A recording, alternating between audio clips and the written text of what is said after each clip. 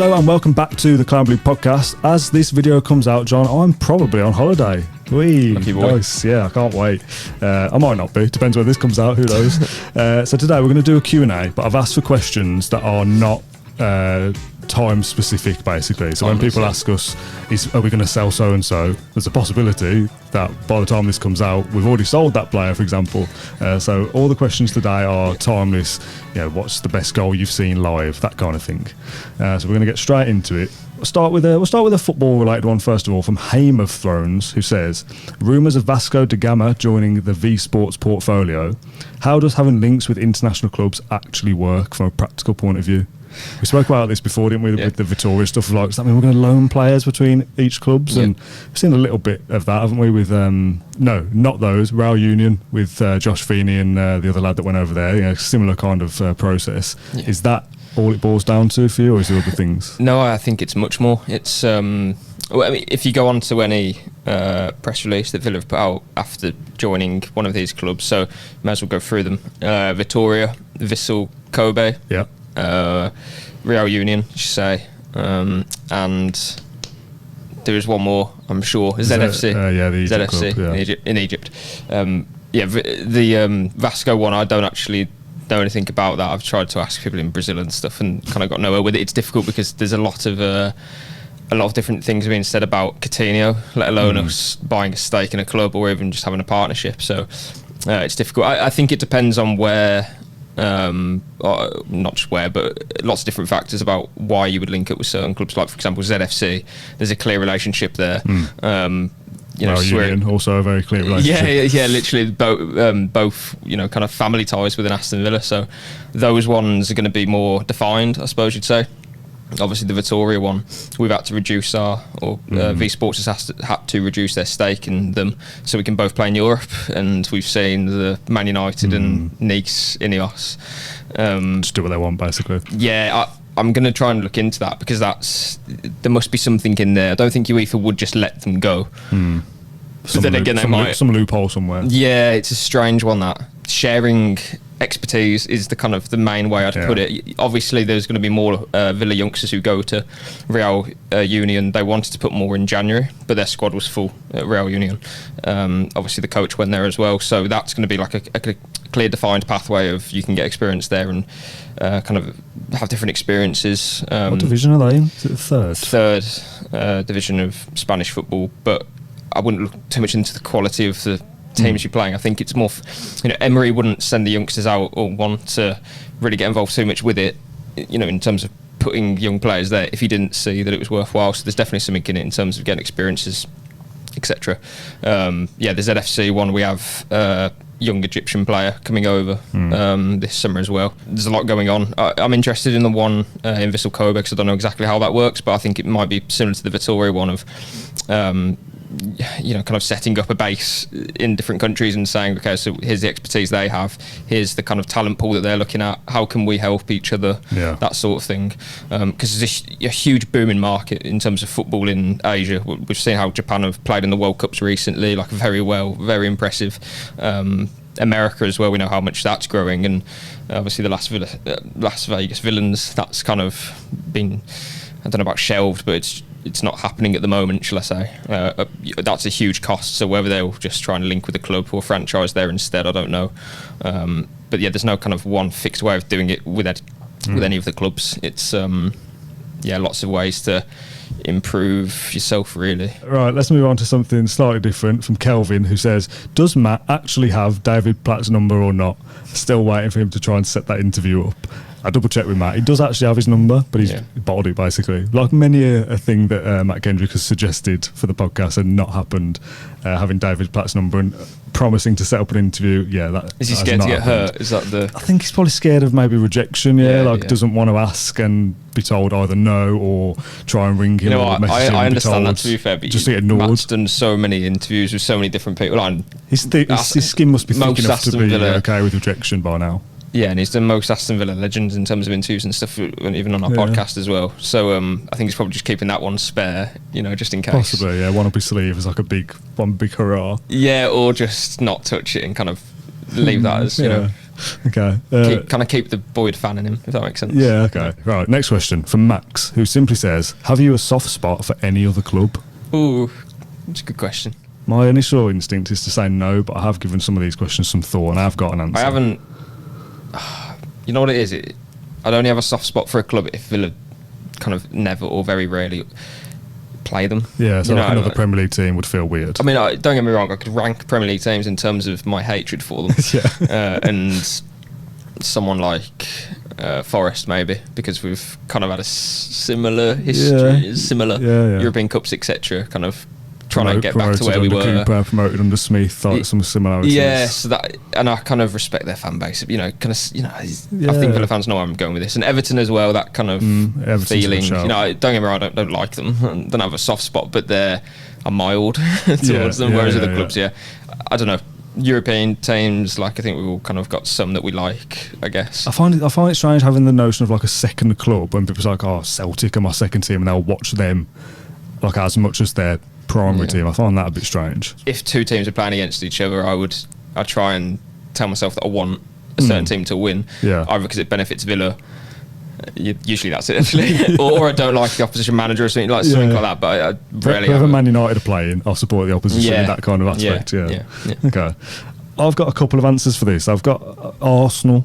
But when I was in high school, or just early high school, and now can't stand them, Arteta, etc. I've been very very open with my dislike for Arsenal on this podcast. But growing up, I don't mean as like a child, but like 10, 11, 12, I'm thinking back to like Nasri, Fabregas, Van Persie, like that Wenger era, Wilshere, playing nice football, scoring aesthetically pleasing goals. Walcott, good shout. So soft spot in terms of like the football they play. I quite respect Arsene Wenger, all that kind of stuff.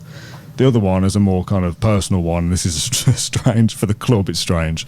I did a work experience placement scheme thing when I was. It was the relegation season, so however old I would have been then, I don't know. Mm-hmm. With Stoke City. Right, okay. It was a week-long thing. And it was originally supposed to be like, oh, you go and do their media department basically, because that's what I wanted to do. And I got there on day one. It's like, oh, you're going to be here for 5 days and you'll do like media day one, accounting day two, like health and safety day three. And I was like, oh no, like this isn't what I thought it was going to be. I don't want to do all those other things. And I basically had that conversation with them, and then the very lovely people at the media department left me to be with the media department all week. And they played 2 Premier League games in a week. One was Man United away, and I went to Old Trafford and stood with the Stoke fans in the away end watching the game. So weird. I went on the coach with the fans. It was very strange. And Everton at home, I think, was the other one. I think they probably lost both. Right. But it was the year that Villa got relegated, and as I came to the end of the week, they said, lovely to have you here, all that kind of stuff. When Villa play, you can come and watch, and you sit up in the commentary box and all that kind of stuff. And I went with my dad. And it was the game, I think Lescott scored an own goal. I don't remember. There was like a fumbling around at the back. It was a crap goal. Was that late in the season? It would have been about March, I think. So we were already pretty much done. Yeah, definitely. It was like, we're only going here for like the experience of like, we got to go and sit in the press conference after and all that kind of stuff. Yeah. So a roundabout way of saying that, I've got a weird soft spot for Stoke, but this is like a thing that dates back almost 10 years now. Like I don't. Yeah. To be fair, if we're going on to that, and I've forgotten, I shouldn't do, but Cheltenham for me, for a similar reason. I was there for a season, working with them. It was a really good season because they got promoted from League Two. I was about to say they beat Man City. They scored the first goal against Man City in an FA Cup game. Yeah, I remember that. Alfie May, and then City came back to win 3-1, but they were close. So, definitely Cheltenham. I was there for like 3 years at uni there. So, I still go there. My partners from Cheltenham and stuff. So it's. I think everyone will have a little something like that, like the team that they went to uni for and things like that. People don't just stay where they're born, do they? They go different places. So, soft spot for Cheltenham, I'd say. AVFC Kit Geek says, you probably covered this before, but best home kit ever, best away kit, and worst kit. John's reaching for his phone for the audio listeners that he's written these down, which I love to see a bit of prep. Best home kit for me is, I can pick 2. Luke Roper, promotion, or Nike 2008 Acorns, and it was the rounded collar rather than the slight V-neck one.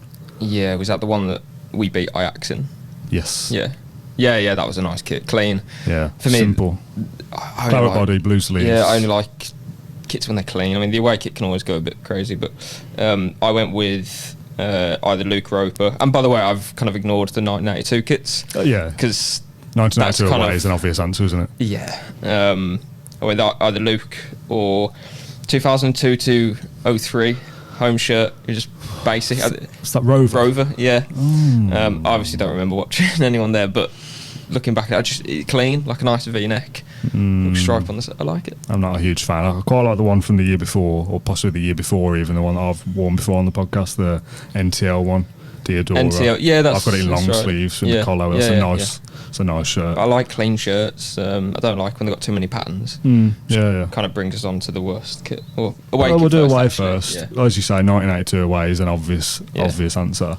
I've got 2010 Acorns, the kit we wore in the cup final against Man United, the white one. The white one with it's the like kind of white and navy stripes, like navy and white. I say navy, it's very subtle, like grey, blue.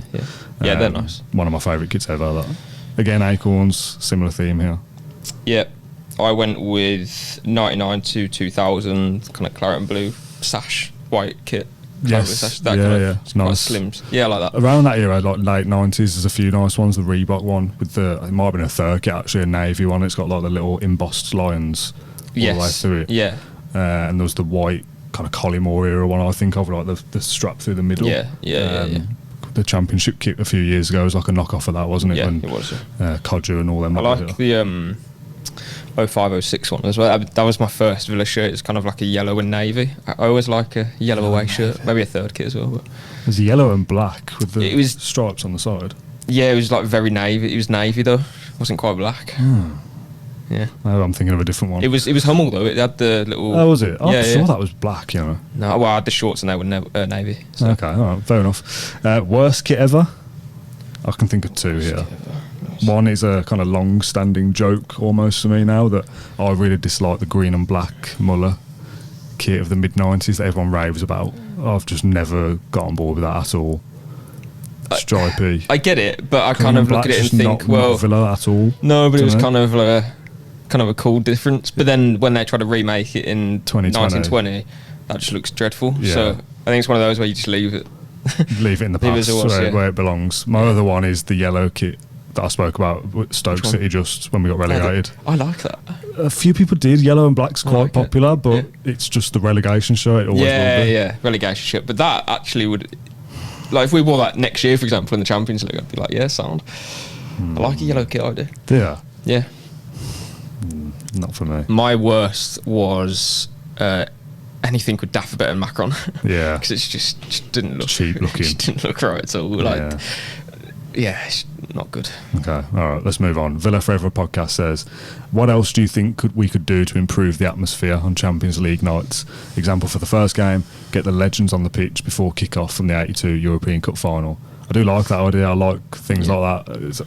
I've said before, like, how do you kind of create an atmosphere without it feeling that you forced it, like, here's the guys that won it before 45 years ago. Like, I get that some people feel a little bit like you're kind of forcing it upon us to kind of get something going, but there is a fine balance between like having nothing at all and it being forced upon you, and something like that is probably a more subtle version of like, let's give some respect to the people that won it the last time that we were in it. It's fitting to do as well at that time, rather than doing it at a random home game where it's just like, we're just trying to boost the atmosphere here. Yeah, exactly. It's that Champions League night. If there was ever a time to do something like that without it feeling forced, it probably is then. Yeah, and there's no one else you can really, for example, you can't bring on Juan Pablo Angel or something just because he's a former player. It's like, well, it's no real relevance to Champions League. So yeah, definitely do something similar to what we did a couple of years ago against Palace when they came on the pitch.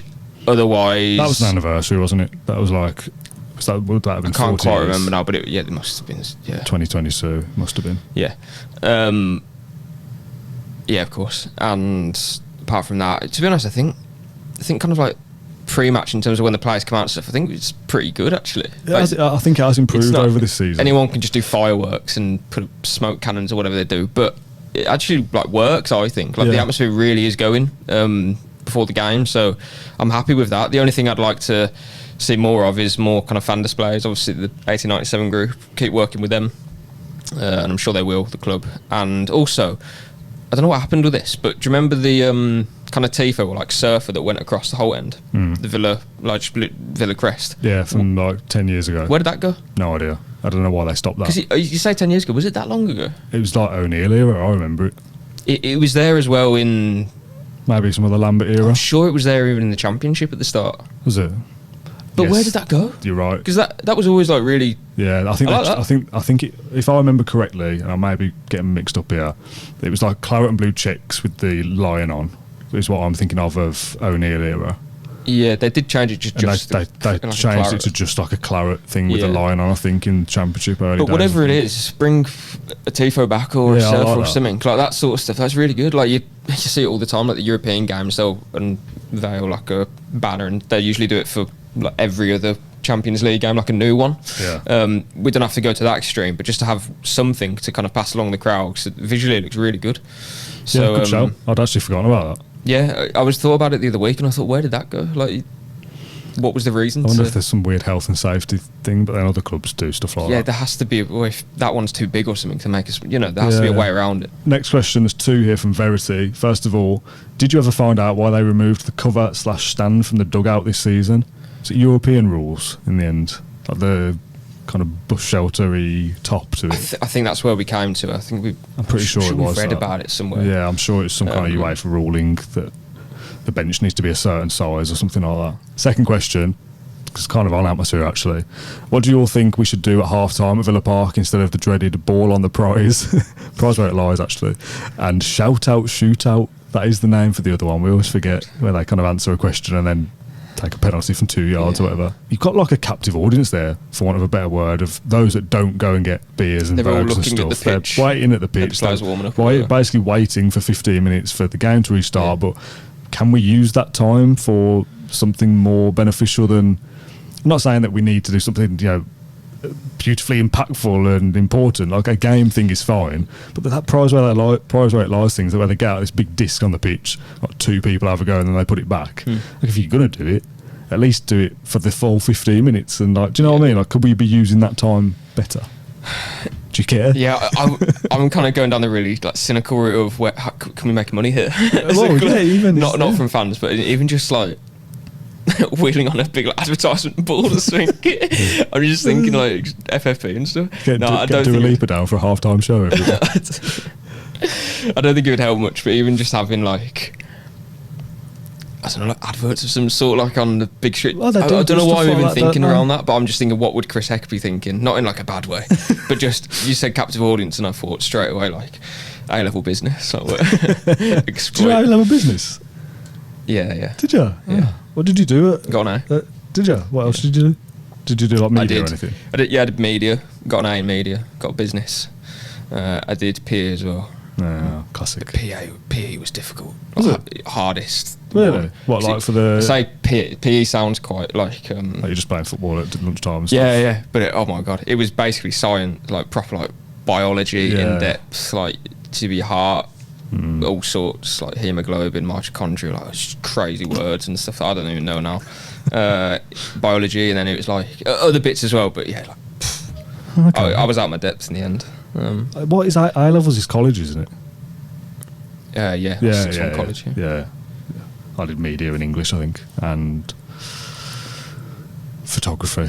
But Yeah. I hated photography. I never went. No. Scraped C on all of them, and then moved on with my life. That's all right. I had no plans to go to uni. I don't know what we're talking about this really. I had no plans to go If to you uni, are so I younger, wasn't bothered college anyway. and school stuff, like don't.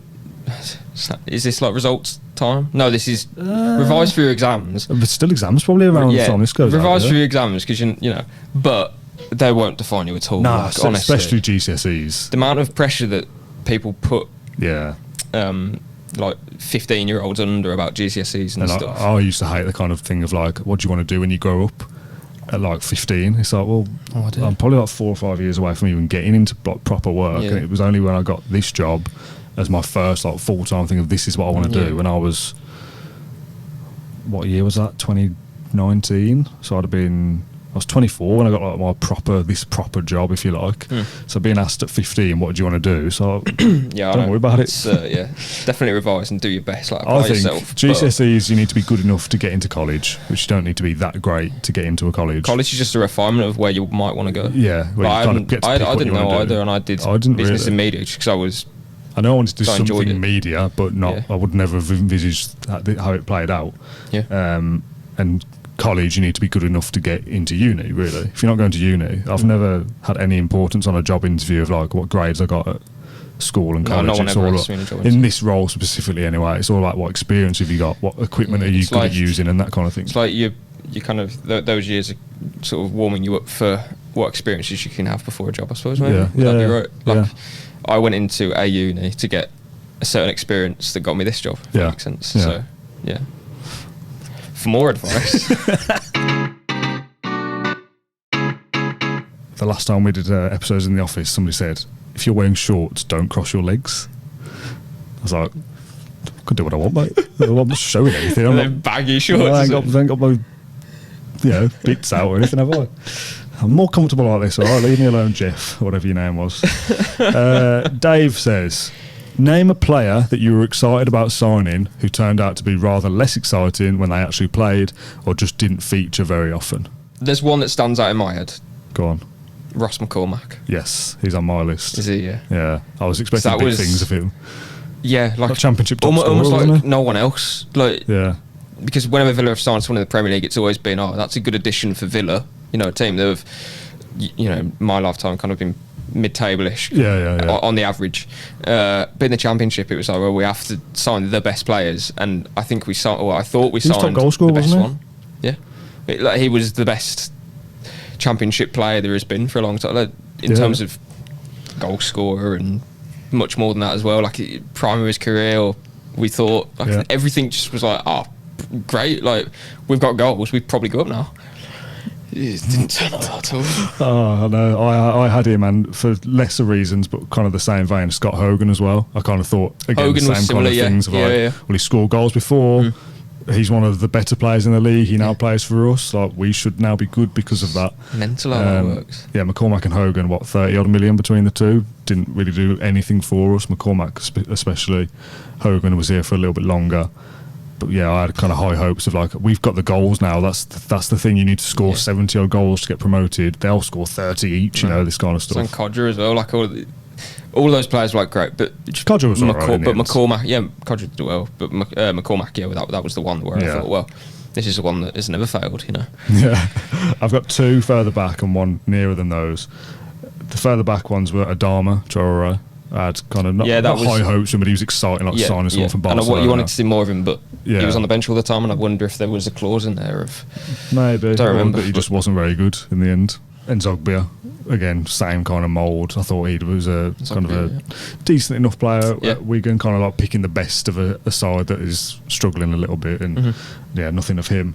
The most recent one, and probably the one that other people would have suggested, I would have thought, is Coutinho. Yeah. It wasn't kind of like he's going to be amazing, but we did see I thought he was going to be better than he was. I thought the initial loan period was like, we have got something here. Like, Gerrard's going to revitalise him, and that quickly went downhill. I mean, he's definitely the kind of, if there was a question about who went downhill, or you know what I mean, because what he was showing at the start was like, wow. Yeah, it felt like everything he had left in his 3 years of his career, or 4 years, or whatever it was just packed into those 4 games. Yeah. Anthony says, if you could pick one single moment in time at Villa Park that stands out above all others, mine is as the second goal went in at the last stand versus Liverpool in '94, I think that was. Yeah. I had beaten Brighton because we were back in European football, and that was just completely alien to me. Yeah, Just like, wow. I almost picked, when they mentioned Liverpool, like the moment when Duran got back into it a few weeks ago. Like, I know it's only a draw, but it's like, this is a potentially similar, big moment. Like, if the one I've settled on in the end was, there'll be loads of good moments in time when you've celebrated a goal really hard or whatever, and at the time it feels brilliant. The one I initially thought was the Leicester Trezeguet. Yeah, was it that quarter-final? Semi-final. That was of course, yeah. The Leicester semi-final, Trezeguet scores. That was an amazing moment. The one I picked in the end is Harahan's goal against Albion in the semi-final. Yes, which I've talked about quite a lot on the podcast in different answers. It's like the relief when a moment of like, we're doing something. This is again like I've picked something that felt like we were on the way to achieving something rather than just like McGinn's goal against Sheffield Wednesday was good, but we lost the game, didn't we? Exactly. Yeah. Const's goal as well before Trezeguet. Yes. My my second, or I think I might settle on this one because it's more of a moment, was Hutton's goal against Blues. Yeah, I can just relive it in my head right now. Yeah. And, the disbelief of that. As always with these kind of things, it's easier to pick stuff that's happened more recently because you just remember it. Yeah. Again, there were people screaming things from the 90s. Yeah, for sure, yeah. Our ages, etc. We don't have to say this 20 minutes every time. Rob says, what original rule change would improve football most next season? For example, employ hockey rules at corners. The defending team has to keep 4 players on the halfway line, open up the penalty area, stop the melees, pushing, etc. More chance of goals or counter-attack goals. That sounds like the chaos. Well, that does sound like chaos. Chaos, like, as in, it's, you know. It sounds like made for prime John Duran chaos ball, doesn't it? My suggestion here, and I don't know whether I'd actually like to see this implemented or not, but I couldn't think of anything else, was, I think MLS did this when MLS started, about penalties. Yeah. And it was like, was it running from the halfway line, or was it just like 30 yards or something?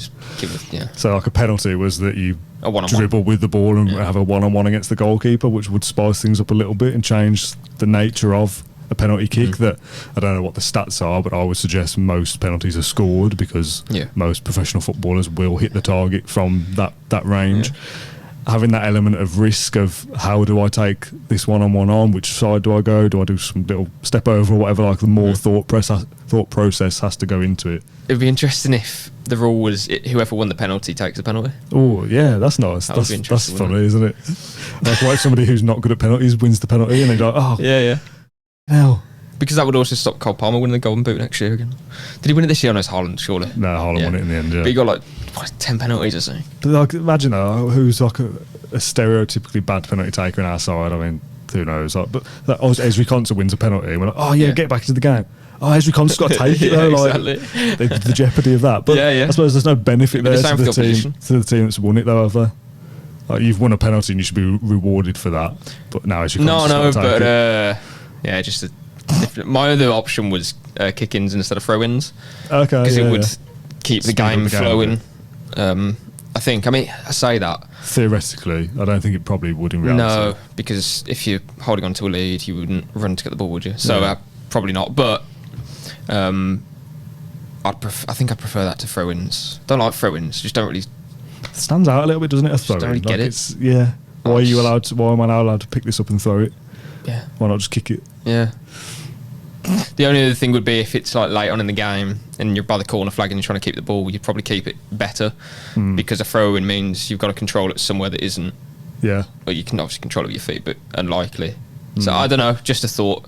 And then you would get people crossing the ball from near the corner flag, but more goals, more opportunities. Like you can imagine set-piece coaches would then use kick-ins as an opportunity to. Could you have it as a long kick, or could it only be like a ground pass? I would suggest do whatever you want with it, because then the rules will get to how do you measure. You don't want the referee measuring 4 yards, you know. Yeah. So it would just be like a corner, I suppose, if it's near a corner. But if it's not, then it would just be you put the ball down and play. Would they be called kick-ins? It feels like very strange. Kick-in. Well, you can't call it a free kick, can you? Or a corner. Kick-off. Yeah, because you're kicking into the pitch, aren't you? Yeah, it just sounds weird. It's a kick-off, yeah. Sounds weird. So kick-ins and dribbling penalties is two changes. And whoever wins the penalty has to dribble. So you'd have. Oh, imagine that. You'd have, as you said, an example, Conser doing a one-on-one. I like that. Would that one-on-one penalty change benefit the goalkeepers? Like, would Martinez still be good at saving? Well, I was going to say Martinez is kind of. He's a good one-on-one keeper. He's incredibly good at penalty kicks and one-on-ones. Yeah. So he's just top goalkeeper. The average goalkeeper would have more success from the one-on-ones for sure. Yeah. Okay. Right. Next question, Gareth. If we are looking to maximise off-field revenues, especially if we are staying at Villa Park, then it makes sense that we sell the naming rights to Villa Park. What would be an acceptable rename to you both? I think there's a very obvious answer here. Wes Edens is one of his companies called Fortress, wasn't it? Fortress Investment Fund or something like that. Yeah, Fortress Villa Park. That's good. That would be nice. Yeah. Welcome back to Fortress Villa Park today for anything our Sky like Sports a broadcast. Normal brand would, like Coca-Cola Villa Park, isn't like horrific. It's not bad. It could certainly be worse. It's not Nighthead at St Andrews with the at. It's like an email address. Absolute timber. I don't know. I wouldn't really want it. Really, it's interesting, especially if it's like on this I don't know. It's not. If it was somebody you go, I can't believe we're associated with X brand. Yeah. Yeah. But yeah, if I'd get over it if they put Coca-Cola next to Villa Park and it was worth a lot of money, then yeah. Everyone's still going to call it Villa Park. Yeah. Like nobody called it the Sports Direct Arena at St James's, things like that. That would be the issue if they took Villa Park away. Yeah, it was called exactly. Coca-Cola Arena. Yeah, that'd be grim. People would still call it Villa Park, but officially, I'd still like it to be X Villa Park, not X as in Twitter. Placeholder Villa Park. That revenue would be off the scale then. My obvious answer, I think one people will be screaming at the comments, will be Adidas. Yeah. Adidas Villa Park. Just because they have so many partners and stuff, I just can't see that being a thing though. No. I think that we'll see the Adidas logo in the seats. Oh, we're seeing it. I saw someone mention on Twitter how I don't know if this is like intentional, but a lot of the images that they've been using. For example, it'd be like John McGinn gearing up for Euros, massive Adidas. Oh, yeah. And then Conser in the England training camp. He's got like his arms up so you can't covering see the Nike logo. Yeah, that will be some kind of contractual thing, 100%. You can kind of already see how the Adidas brainwashing is.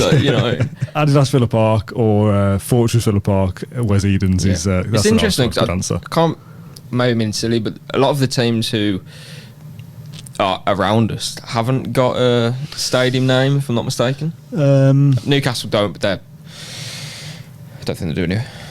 No. The only ones like that jump out straight away. Brighton don't, West Ham don't. Etihad and Emirates. Yes, in the Premier League. Yeah, Old Trafford, Stamford Bridge, Anfield. They've Tottenham Stadium, Villa Park. They've always been known as that, though, haven't they? The Etihad and Emirates, new stadiums. Yeah, built with that name. Yeah, whereas Old Trafford, no, Liverpool. I mean, those guys have got huge revenue anyway, same as Tottenham. But I'm thinking that West Ham, Brighton, Newcastle, Amex, but that's their. That was built. And again, built like that. Maybe it's like a stupid observation, but I'm just thinking, like in the Championship, you get it a lot, don't you? Of brands being coined onto it. So it'd be nice not to have to. As you say, always about like the rules are that you have to do these things you shouldn't want to. But if we had to, and it made us tens of millions of pounds a year. Yeah, exactly. Like you just do it because you have to. But it would be nice to be like, no, we don't want to do that. We always want to be just Villa Park. That's it. We don't want to touch it. But these things happen. From Hulberto, he says, "What's the best goal you've seen live?" A classic question in the genre of generic Q&As. John McGinn. Sheffield Wednesday. Yeah, I was gonna go for that. Come off fishing though, didn't it? Not that special. It was the noise that it made when it hit the kind of the thud to the bar was crazy. Yeah. I don't know. There's been lots of goals, but one that no one else would have seen, and it's almost pointless saying. And is this going to be a lockdown football one? No, it was under 23s game, West Brom against Stoke. Oh, you're not even picking Villa ones? No, just stands out probably because of the player. But Ollie Burke, who was good for Forest, went to Leipzig, did nothing, and is now making TikToks and collecting a wage from Birmingham. Yeah, he scored an outrageous goal for West Brom's 23s against Stoke. Just cut in from the left some way out and just bent it like top corner. I love that absolutely nobody's going to know what this goal is. No, so it's pointless me saying it, but that's why it stands out in my head, because it was such a random The thing with these kind of things is I think it's you could easily pick the McGinn goal against Arsenal this year for like a team move, but when you pick best goal, people tend to pick bangers, don't they? Really, more so like a team move. So the one I've got is Grealish's volley against Derby in the 4-0. Is that the first win of the run? The 10-game winning run? Was yes, because it was the first game he came back. 4-0 up at half-time, right? Or 3-0? Can I say something controversial? I think I know what you're going to say. No, you're not. No, this is something different. Okay. Go on. Not about Grealish. Well, it is, but it's not related to that season. Okay, all right. Go on. What I thought you were going to say the one he scored against Cardiff was better. It is to do with that, though. I didn't really celebrate it. Which one? The Derby one? Cardiff one. The Cardiff one? Why? Yeah. Because we weren't getting automatics. We had to, if memory serves right, we had to either win the game or we were depending on something else. But it was to the point of like, we're not going to get automatics. So I obviously was like, what goal? Andre Green as well, when we equalised with the 3-3, didn't celebrate it. Really? Or like, I was happy, but I didn't jump off my seat. Really? Genuinely. And looking back, I feel really bad. You got to be in the moment. That goal meant something because obviously we got into playoffs. Yeah. I say it meant something, technically. But because in the Championship, I was so like, we've got to just get out of here. I don't care how we score. I don't care what happens. We just need to win games to get out. And when we couldn't win games or achieve the goals we wanted to achieve, I was really just like... So I think we were in the playoffs, weren't we, when Grealish scored the goal against Cardiff, and we couldn't do any better than being in the playoffs. Fulham, Cardiff, and Wolves were at the top, weren't they? Yeah. Or Wolves already promoted. Newcastle. No. Were we in the Championship with Newcastle? Yeah, we got relegated. Newcastle was up already the season before. Okay. So yeah, those three were going up there, and we were kind of lagging behind. We couldn't really get in. So I was a bit like, oh well, if we don't get promoted this season, I don't care. Okay, penultimate question then. I don't think we're going to get an answer to this one any better than the example that was provided, but we'll give it a go. From King81, who says, what is the strongest Villa team you can put together using only the same letter surname? And their example was M. That's M for Martinez. I was going to say like Melon then, but why not choose a player's name instead? Can you think better than M, first of all? Yeah. You can? Okay. Yeah. I'll go with M then, because the example was given like Martinez... they've got Martin for Martin Larsson. That doesn't count. Oh, that doesn't count. McGrath, McNaught, Mortimer, McParland, Morley, Merson, McGinn and Milner. So I can't think of any more, but that 10 would be anybody. It's a very good team. That M is, I think, a great example, and without loads of thinking time, I'm going to struggle. You think there's a better 11 with a different letter? Well, some of the players named there aren't better than mine, but Bosnich, I've done this, by the way, on B. So yeah, Bosnich I can in tell goal. That from Bosnich, mate, thanks. Well, you had M for Larson. Oh, that was a Twitter suggestion. I would never have done that. Bosnich, Barrett, right back. Nathan Baker, Boomer, I'd have said. Boomer. Yeah. Centre half, is it? Well, you can't put up with it. Okay. This is a difficult Who's question. at left back? Joe Bennett? Ryan Bertrand. Ryan Bertrand was a good player for us. Gareth Barry, George Boateng, Leon Bailey, Emi Buendia, Bennett and Benteke. Yeah. So like that's a functional 11 at least. Yeah. Final question then. Has a player ever left a positive, lasting impact on you? James Chester for me is always like someone that I'll always just have like incredible respect for the way he basically put his body on the line, kind of put his career on the line. Maybe that sounds like really dramatic, but he knew that he was injured playing for Villa. He knew it wouldn't be the same player after that season, that he was basically forced to play because we didn't have any other options. Yeah. And he's kind of made like indefinite damage to his body playing for Villa. Like you couldn't really ask for a more, this is only football. We're not talking about being on the front line or anything. But in terms of the job he had, I think there's few players who would have done what he did for Villa. And yeah, it's just one of those where you can't speak a bad word about him. My pick is Tyrone Mings. I think I've told this story before I certainly have on the podcast. I know it to you though, about his like job opportunity tweet from 2019. I vaguely remember you did something for him. Yeah. So I was just freelance at the time and struggling to get work and whatnot, and was at almost a point where it was like, okay, I might need to like get a proper job now. At, not to sound disrespectful, but go and work in a supermarket for a year just to start earning money and stuff, because I'm not really getting anywhere. Yeah. And I'd put a tweet out asking for work and stuff and bits and pieces. And then Tyrone Mings replied out of the blue. It was like, I've obviously got lots of businesses that he works on, his academy, some interior design bits. And he replied saying like, if you need a break, I'll let you come and do some work for me, kind of thing. I remember like it popping up on my phone. Like back in the day, like Twitter notifications were so much better than they are now. It was like it came up like official Tyrone Mings replied to you, and I was like, I've had that. I've had that sort of moment before, of like, what? Nah, surely not. And then literally my phone is like scrolling up and up of notifications of like, because everyone's liking his tweet, and it had hundreds or whatever. And my phone's going mental. I just remember my phone was hot. I was on it so much. Yeah. Like reading stuff and whatever else, and I replied back like, what a mad opportunity, like basically how does this happen, like what works now? And he's like DM me, so I had a bit of a conversation with him back and forth. He offered me the opportunity to go and do some filming with his academy that was launching in Birmingham. This was 2019, so he just moved to Villa permanently in the summer. And I went and filmed some bits. They posted it on their social media and their website and stuff, and that was kind of it really in the moment. We had got plans to do other stuff because he was doing like more video stuff on his Instagram and things like that, and it never came to fruition because in a roundabout way Matt Kendrick had seen the work I'd been doing anyway in my kind of personal career, if you like.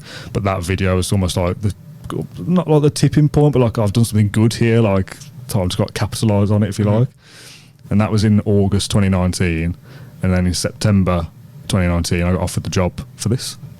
So in like a roundabout way, like Tyrone Mings started on my career kind of thing, which I've kind of told bits of that story before, but as a lasting impact as a player, as a footballer, like I'm not bothered about like a personal thing. Scored a great goal that meant this and whatever. Like, there'll be loads of things like that, but it's like a personal story for Tyrone Mings to kind of just reply to a tweet, let some guy film some stuff for him, and then it lead to where it's led now. Like, pretty mad, really. Yeah, for sure. My equivalent of that, I had when the kind of your phone blows up. I had just back in uni or whatever. I loved my my stats, and I loved to like dig into it. And obviously, we had a very good player in Jack Grealish, so I was constantly like looking at numbers, and there was always a debate of, should he be in the England squad? Should he not? So I'd always try and make the case that he should, and get all his stats out.